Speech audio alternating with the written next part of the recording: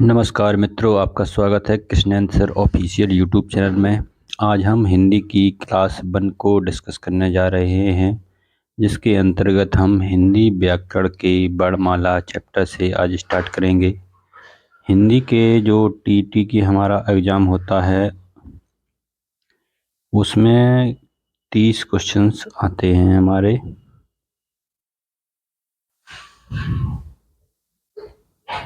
इन 30 questions में लगभग 25 question Hindi व्याकरण से संबंधित होते हैं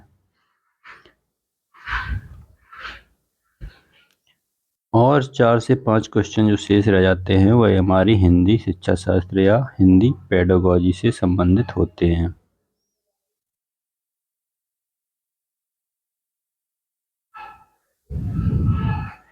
तो आज हम डिस्कस करेंगे चैप्टर वर्णमाला को। वर्णमाला के अंतर्गत आज हम जो हमारा पहला चैप्टर है उसे हम डिस्कस करेंगे।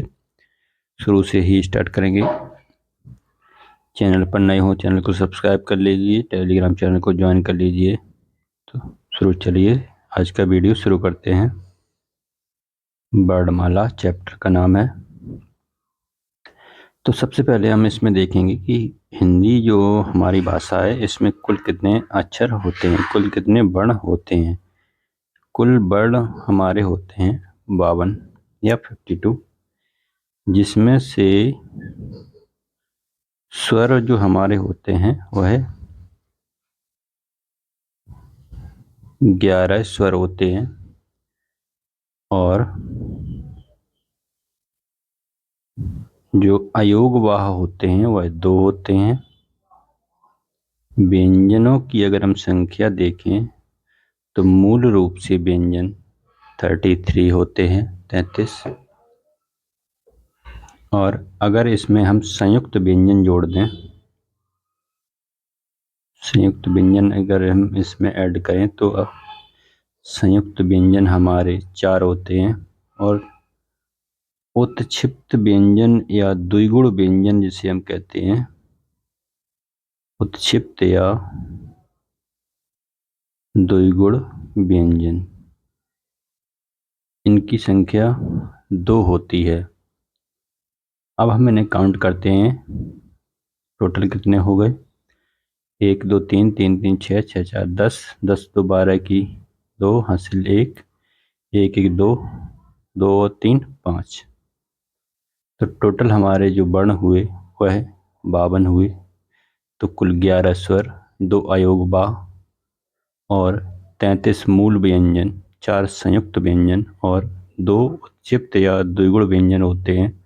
तो इस प्रकार कुल वर्णों की संख्या हिंदी में 52 मानी जाती है। अब हम देख लेते हैं, पूरी वर्णमाला लिखकर आपको समझा देते हैं स्वर कौन से हैं और व्यंजन कौन से हैं।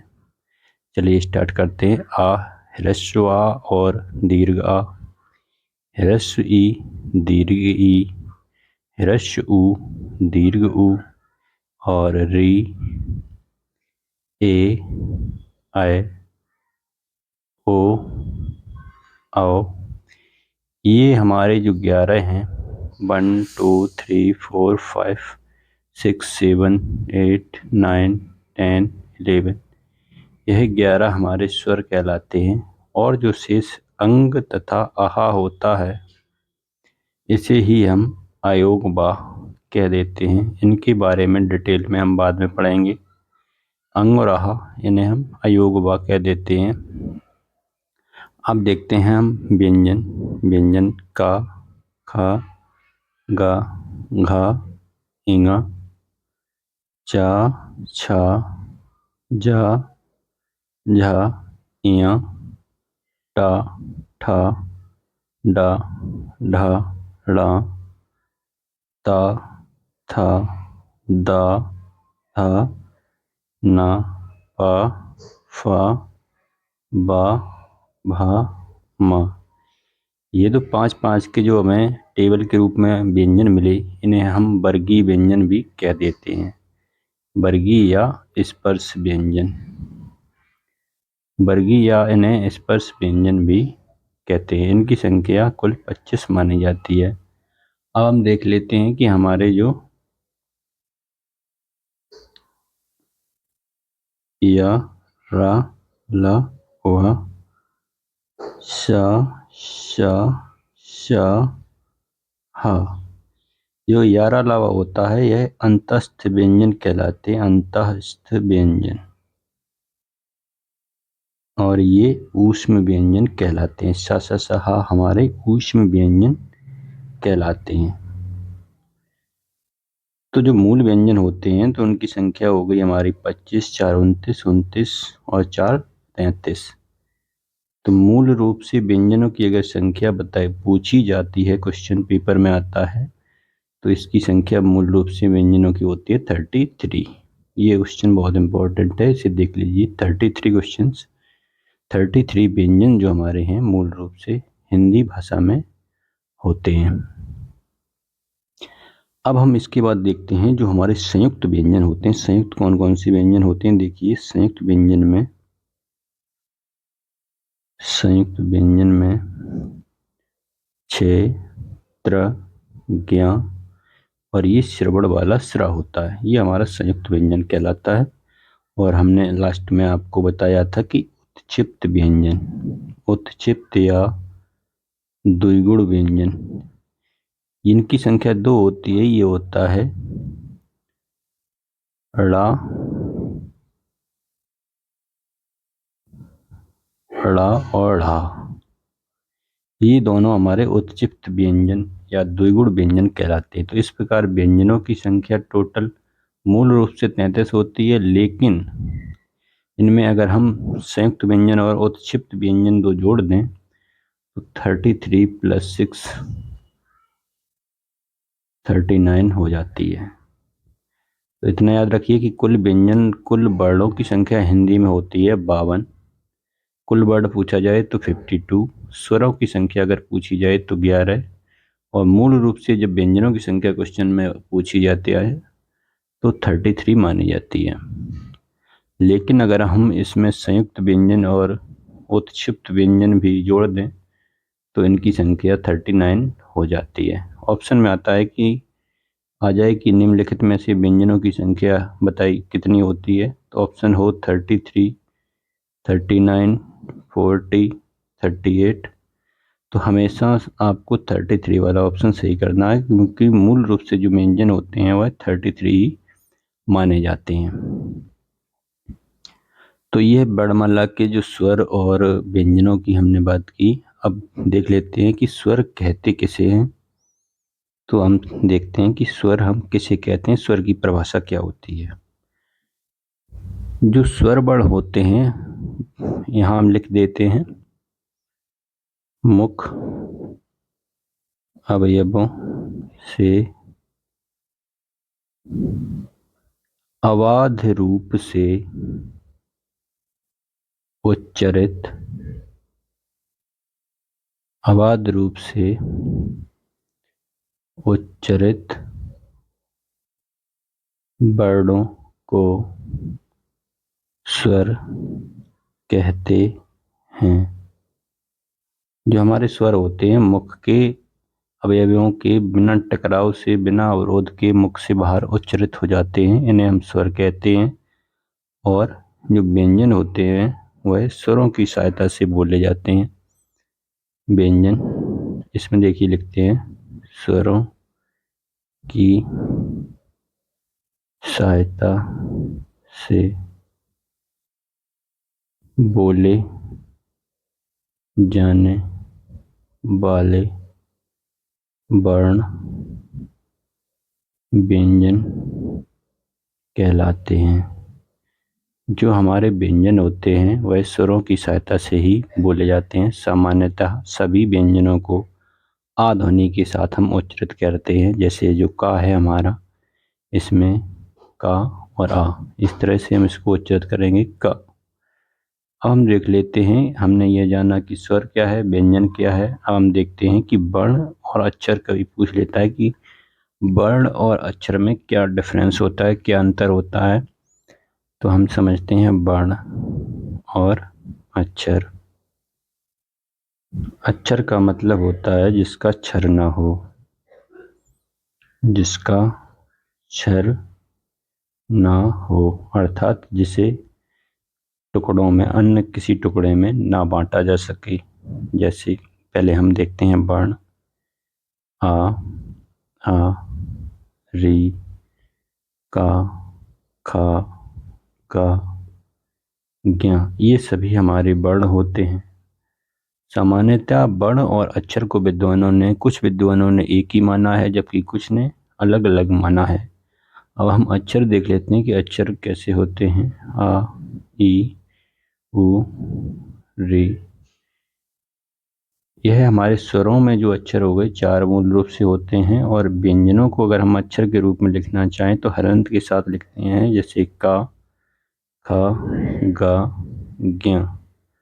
इसमें जो हमारा आ होता है, जैसे का हम लिखते हैं का प्लस आ, अगर हम इस आ को हटा दें तो हलंत के साथ जब हम व्यंजन वर्ण को लिखते हैं तो उसे ही हम अक्षर कह देते हैं, जिसका और अन्य प्रकार से खंडन न किया जा सके। जैसे जो का वर्ण है इसे अन्य वर्णों में नहीं तोड़ा जा सकता, इसी प्रकार जो आ है इसको भी हम अन्य वर्णों में नहीं तोड़ सकते।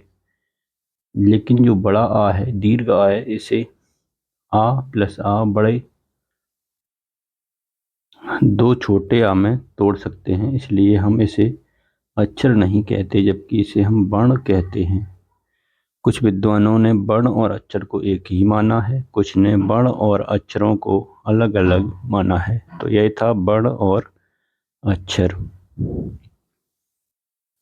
आगे हम देखते हैं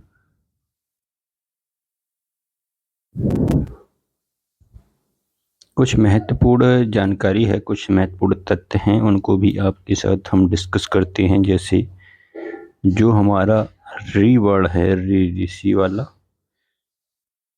यह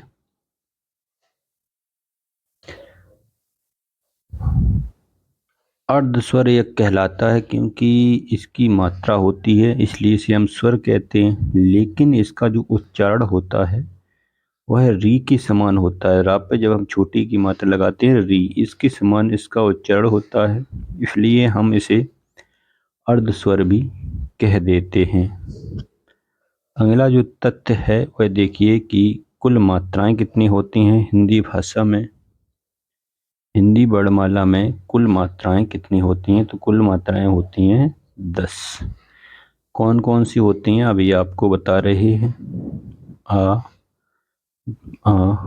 ई, दीर्घ ई, उ, दीर्घ उ, री, ए, ऐ, ओ, औ। जो हमारा ह्रस्व आ या छोटा आ होता है इसकी कोई मात्रा नहीं होती है। तो बड़े आ की इस प्रकार से मात्रा, छोटी ई की आगे से मात्रा लगाई जाती है, बड़ी ई की पीछे से, छोटे ऊ की इस तरह से, और बड़े ऊ की या दीर्घ ऊ की इस तरह से, री की ए की मात्रा, आई की मात्रा, ओ की मात्रा, औ की मात्रा। तो कुल मात्राओं की संख्या हमारी हो जाती है 1 2 3 4 5 6 7 8 9 10। तो मात्राओं की संख्या हमारी 10 हो जाती है, क्योंकि इसमें हम आ, छोटा जो आ होता है ह्रस्व आ, इसकी मात्रा को नहीं गिनते हैं, और इसके साथ अंग और आह की मात्रा को भी नहीं गिना जाता है। तो ऑप्शन में अगर आपके आता है कि हिंदी वर्णमाला में कुल कितनी मात्राएं हैं, तो इसका जब आंसर हमें लगाना है शुद्ध रूप से 10 ही मात्राएं मानी जाती हैं, इसका आंसर 10 होगा, ये आप याद रखिए। चलिए आगे कुछ फैक्ट देख लेते हैं। जो री हमारा है इसकी मात्रा जब हम लगाते हैं तो जो शब्द कुछ हम लिख रहे हैं किस तरह से लगाते हैं। जैसे कृषि शब्द है, कृषि शब्द है, इसमें नीचे की तरफ री उड़ता, री की मात्रा लगती है। जैसे पृष्ठ है, ग्रह है, मृग है, तो यह सारी मात्राएं री की मात्राएं होती हैं। री ऋषि वाला इसकी मात्राएं होती हैं। क्वेश्चन कभी कभी आ जाता है कि ग्रह और ग्रह में अंतर बताइए, तो हमें यह ध्यान रखना है जहाँ जो री की मात्रा है, ऋषि की मात्रा है, इस वाले ग्रह का अर्थ घर होता है, और जबकि जो नीचे पदेन रा की मात्रा है इस वाले ग्रह का अर्थ होता है आकाशीय पिंड या प्लेनेट हम जिसे कहते हैं। आकाशीय पिंड या प्लेनेट जिसे हम कह देते हैं, जो सूर्य के चक्कर लगाते हैं, वो है जैसे हमारी पृथ्वी। तो इन दोनों में डिफरेंस होता है कि जब हम री की मात्रा लगाते हैं तो इसका अर्थ घर है, जबकि पदेन रा की मात्रा लगाते हैं तो इसका अर्थ प्लेनेट या आकाशीय पिंड होता है। आगे देखते हैं हम। जो हमारा रा होता है, इसकी भी मात्रा हम दो प्रकार से लगाते हैं, एक नीचे इस तरह से और एक इस तरह से। जैसे उदाहरण के तौर पे हम देखें, क्रम,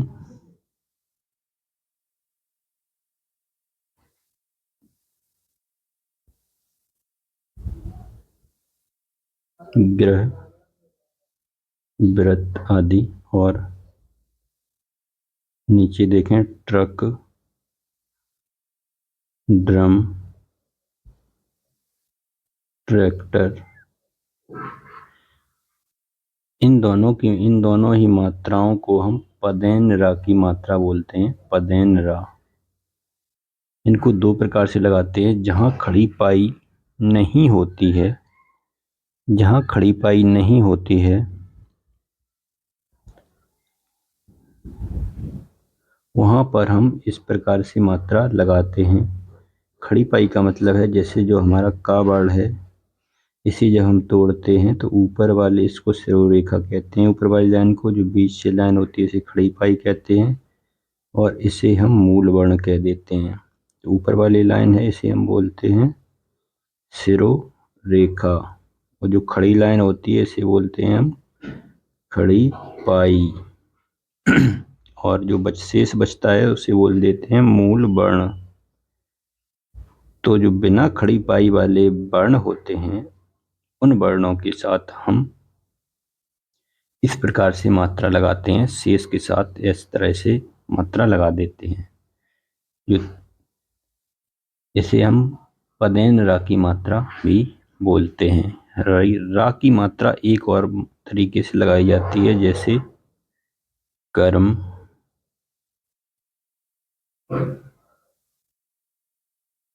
आशीर्वाद,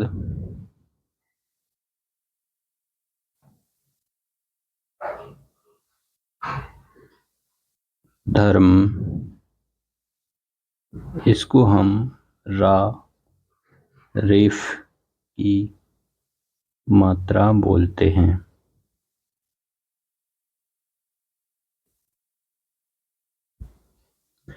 तो ये आपको समझ में आया होगा। मैं फिर से बता देता हूँ कि जिन वर्णों में खड़ी पाई नहीं होती है, उन वर्णों के साथ हम इस प्रकार से मात्रा लगा देते हैं। ज़्यादातर टावर्ग के व्यंजनों के साथ लगाते हैं।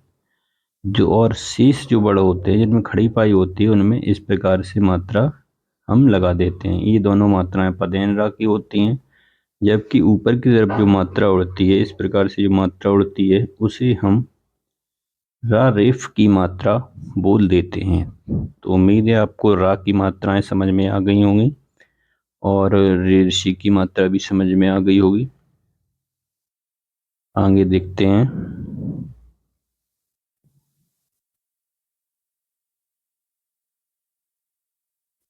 एक होता है व्यंजन ओ, ना ही आ होता है ना ओ होता है। इसे अलग तरीके से उच्चारण करते हैं। जो इंग्लिश वर्ण होते हैं, इंग्लिश के जो शब्द होते हैं, इंग्लिश शब्द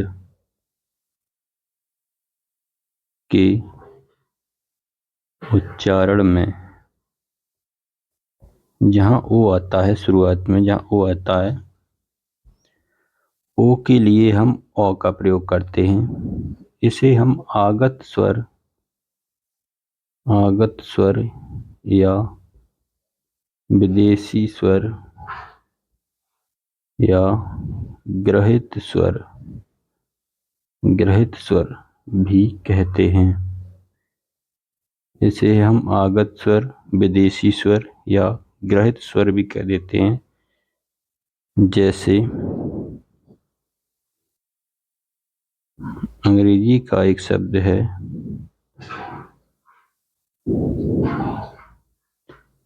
डॉग, तो इसको जब हम हिंदी में उच्चारण के रूप में लिखेंगे तो इसकी मात्रा इस तरह से लगा देते हैं ऊपर की तरफ। इसकी मात्रा ऊपर आधी चंद्र बिंदु चंद्र के रूप में लगती है, जैसे डॉग।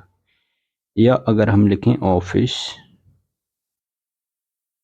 ऑफिस जब हम लिखते हैं तो ऑफिस में भी ओ की मात्रा ऊपर की तरफ लगा देते हैं। तो यह हमारा आगत स्वर या विदेशी स्वर होता है। इंग्लिश के शब्दों में जहाँ ओ आता है उसके लिए हम इस प्रकार से मात्रा लगाकर इसका उच्चारण के रूप में हिंदी शब्द जब हम लिखते हैं उच्चारण करके, तो उसके लिए हम प्रयोग करते हैं।